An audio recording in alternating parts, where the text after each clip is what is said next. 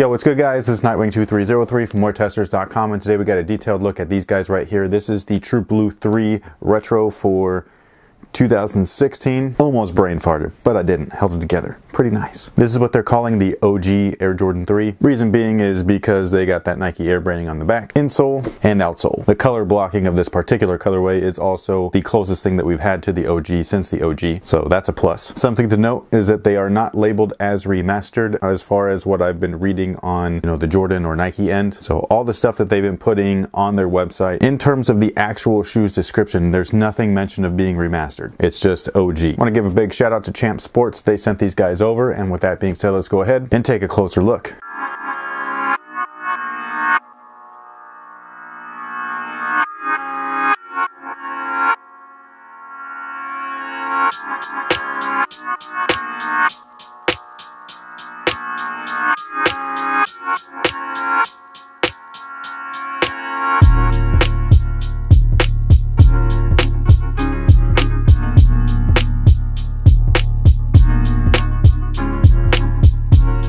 So first things first, they fit true to size. Just getting that out of the way. They don't fit like the pairs that released last time. I don't even remember when they were. I bought 2 of them and I don't have either of them anymore. I wish that I did at least one just for comparison purposes, but I don't, so sorry. The only ones that I got are up here. It's the fire reds and the black cements. They're honestly, they're not comparable to this just because it's not the OG version or nothing, so it is what it is. Now as far as the mashoes, did I say the mashoes? Now as far as the mashoes, what? Hello?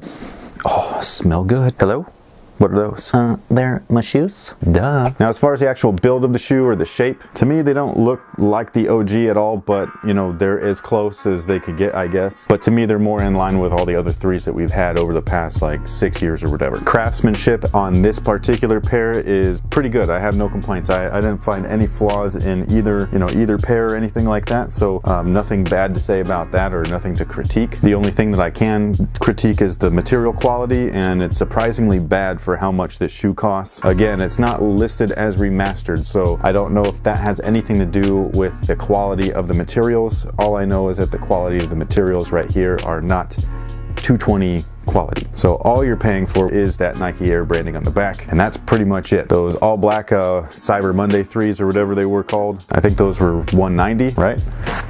Yep, $190. Those guys had some butter soft leather. That was like a really nice, wouldn't call it premium, but for Jordan brand it was pretty damn close. And these guys right here, they just dropped the ball. I don't know, I don't understand what their thought process was, because I would have put the nicer materials on this guy and just kind of left that black and white 3 as a generic, just give them some decent leather type of stuff. But they went the other way around, so it'll be interesting to see if these sit or not. They're mass produced, heavy numbers coming out, so I don't know if they're gonna sit, but if they do, I don't know what the reason would be, whether it be quality or numbers, but it'll be interesting to see either way. Now as far as some key details, you've got that typical Air Jordan 3 outsole, with the main difference being the Nike branding returning on the bottom. Something about this just looks dope.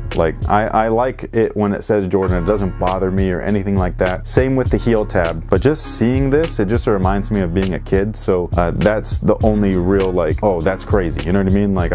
I never thought that I'd see this again, honestly, after the 2001 I think retros, but they put it back on there. I think it looks awesome, and yeah, if you're into that whole OG look and stuff, you want your retros to look as close to what they originally did in the past, then this is going to be a must-have, quality issues or not. And then you got a polyurethane midsole with an air unit at the heel, and then at the forefoot there is an air unit as well, but it is embedded within the midsole, so you're not going to be able to see it. You've got some elephant print at the toe, heel, and the lace area. This is the main thing that doesn't look like the OG to me. The OGs had really nice, clean, thin lines. It almost looked like cracked cement or whatever, and these ones, the cracked look is really embellished. Doesn't bother me either way, just saying, it just doesn't look quite like the OG in my opinion. And then along the upper you have a mixture between flat synthetic with the mud guard, and then a textured leather with the rest of the upper. And this synthetic rand right here is pure synthetic, and then the rest of the shoe is kind of leather, but it's really cheap. It looks like it's almost like a recycled mix or something like that, because it's not full leather in there, you know what I mean? You could see some pieces, but it's not nice, that's all. Not complaining, just saying,